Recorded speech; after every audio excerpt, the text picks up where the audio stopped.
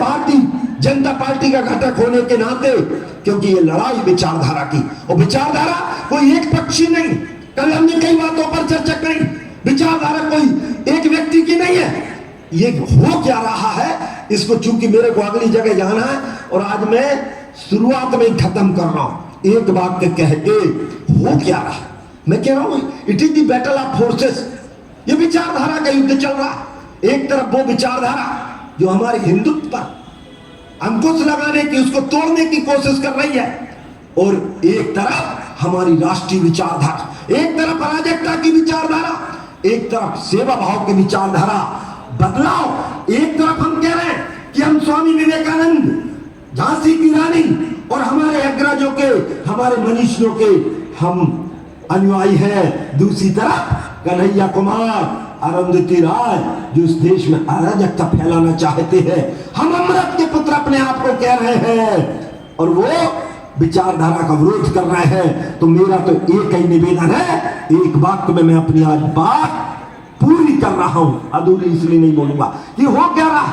हमारे यहाँ जैसे चंबल मैया में बाढ़ आती है, बरसात के दिनों में चंबल मैया में बाढ़ आती है कि नहीं भैया?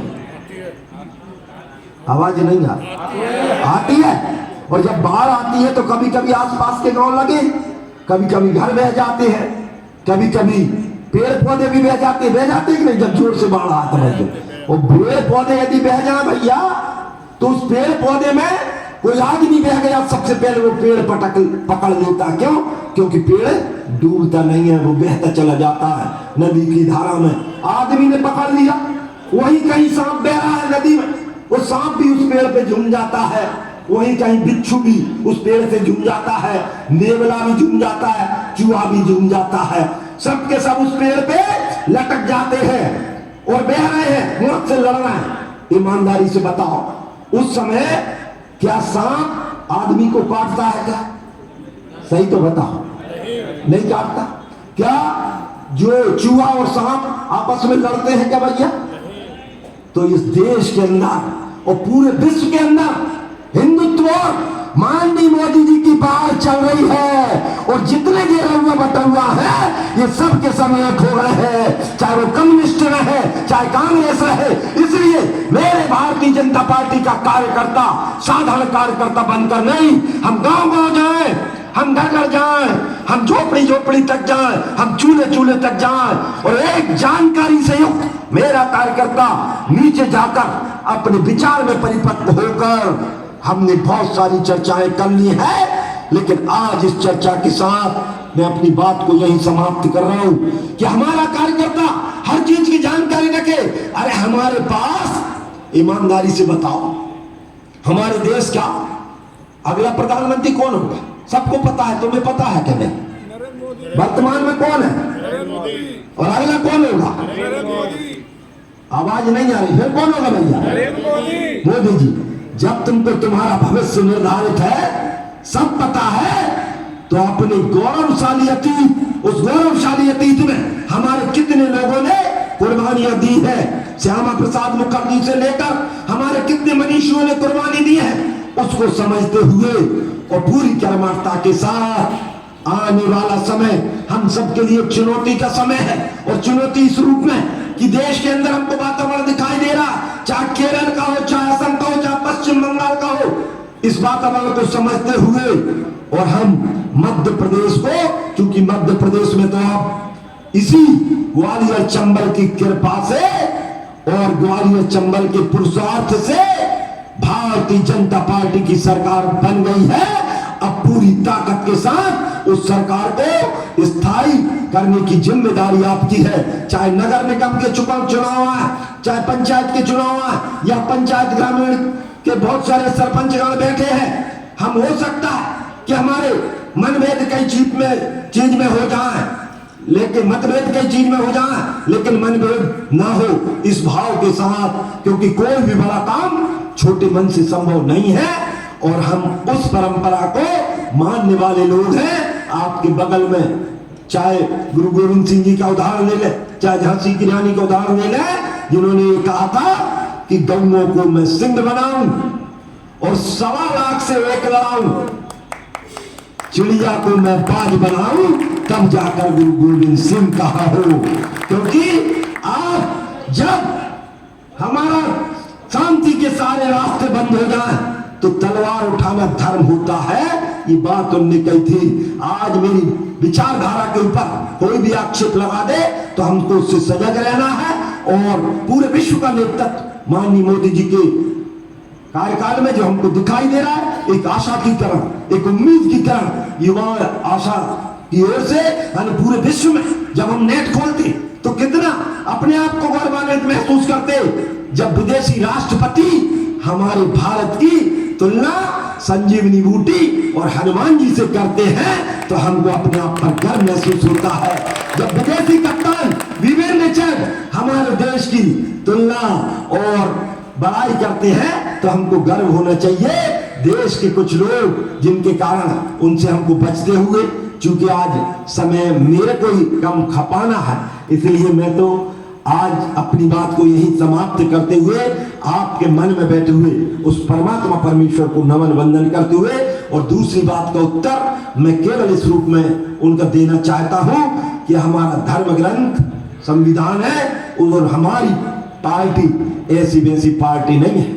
मैं अक्सर एक बात कहता हूं, क्या वोट की ताकत से सत्ता बनती है, अब कोई वैसी ताकत नहीं कि ईमानदारी से तुम बता दो कि सोनिया गांधी के बाद अगला कांग्रेस का अध्यक्ष कौन होगा भैया? कौन होगा भैया? और माननीय जेपी नड्डा जी के बाद भारतीय जनता पार्टी का अध्यक्ष कौन होगा? अरे उतरे तो नड्डा जी छोड़ दो, अपने कमल जी ले लो, इनके बाद अगला अध्यक्ष कौन हुआ भैया? अरे हमारी पार्टी वो पार्टी है क्योंकि हम माई की कोख से पैदा हुए हैं और माई की कोख की कीमत जानती हुए माई की कोख में पलते हैं। ये दाई माई की कोख से पैदा हुए हैं और दाई की कोख में पलते हैं, इनमें और हम में अंतर है। इसलिए निवेदन है कि मेरी पार्टी एक बूथ अध्यक्ष, आज भी भारत के गृह मंत्री एक गुजरात के बूथ के अध्यक्ष का दायित्व भी निभा रहे कार्य समिति का। हम में से कार्यकर्ता कोई बड़ा छोटा नहीं, इस भाव के साथ कि मैं भारतीय जनता पार्टी का कार्यकर्ता हूं, इतना ही सम्मान पर्याप्त है। आप अकेले नहीं हो, आपके पीछे सदस्यता के मान से देख रहे हैं तो 12 करोड़ लोग आपके साथ चल रहे हैं, ये आपकी ताकत है। आप अकेले नहीं हो, यदि आप पर जैसे बंगाल में हमारे अन्य लोगों ने ताकत लगा दी है, आप अकेले नहीं हो। ये भाव अपने आप के अंदर जीवित रखो और आगे बढ़ते रहो। दुनिया की सारी चुनौतियां आप चुनौतियों का सामना कर सकते हो, क्योंकि सपने वो सच नहीं होते जो हम सोते हुए देखते हैं, सपने हमेशा वो सच होते हैं जो हमको सोने नहीं देते। यदि आज आपको अपना लक्ष्य निर्धारित कर लिया तो समझ लेना ये वही पार्टी है जो चाय वाले को भी प्रधानमंत्री बना सकती है और तुम्हारी भी कोई कम कीमत नहीं है। ये वही पार्टी है जो एक छोटे से जेठ के किसान को मध्य प्रदेश के 4 बार मुख्यमंत्री बना सकती है। और ये वही पार्टी भैया जो मध्य प्रदेश के इतने बड़े विंग की जिम्मेदारी हम जैसे फकीरों को किसान मोर्चा की दे सकती है। तो आप तो मुझसे महान हो, आप उस महान तत्व को नमन वंदन करते हुए और आपके मन में बैठे हुए उस परमात्मा परमेश्वर को नमन वंदन करते हुए कि जब नाव जल में छोड़ दी, यहीं से वो पंक्तियां निकली थी, उनको सुधार के या उनको सुनाता हूं कि जब नाव जल में छोड़ दी, मझधार में ही मोड़ दी, दे दी चुनौती सिंधु को, फिर धार क्या मझधार क्या हार में क्या जीत में, किंचित नहीं भयभीत में, कर्तव्य पथ पर जो मिला यह भी सही वह भी सही, हार मानूंगा नहीं, हार मानूंगा नहीं। बोलो भारत माता की। एक आखिरी संकल्प जो मैं चाह रहा हूं हम सब मिलकर लें, आज जरूर अधूरी बात रही लेकिन कभी पूरी करेंगे। दोनों हाथ खड़े कर लो भैया, मंच वाले सब खड़े हो जाएं और तुम भी खड़े हो जाओ। हाँ, बोलो भारत माता की, भगवान बलराम की, गंगा मैया की। हम सबको संकल्प दोहराना है। मैं संकल्प लेता हूँ मैं संकल्प लेता हूँ कि भारत के यशस्वी प्रधानमंत्री, भारत के यशस्वी प्रधानमंत्री आदरणीय नरेंद्र भाई मोदी जी के नेतृत्व में आदरणीय नरेंद्र भाई जी के नेतृत्व में जो राष्ट्र और किसान हित की नीतियां चलाई जा रही हैं, राष्ट्रीय नीतियां चलाई जा रही हैं, मैं उनका पुरजोर समर्थन करता हूँ। समर्थन करता हूँ। मध्य प्रदेश के यशस्वी मुख्यमंत्री माननीय शिवराज सिंह जी चौहान के नेतृत्व में जो गांव गरीब किसान, युवा मजदूर महिलाओं का विकास का चिंतन किया जा रहा है, उन नीतियों का मैं तन मन धन से समर्थन करता हूँ और शासन प्रशासन द्वारा निर्धारित कोरोना महामारी के लिए जो नियम बनाए गए हैं मैं उनका पालन करूंगा। भारत माता की जय, भगवान की जय, हर हर नर्मदे। सभी लोग अपने सामने बैठ जाए। अपने अतिथियों की परंपरा है कि बिना अतिथि भोजन करे जाता है क्या? सभी अतिथियों का भोजन के लिए आ रहा है। सभी लोग तालियां बजाकर उनको स्वागत करें भोजन के लिए।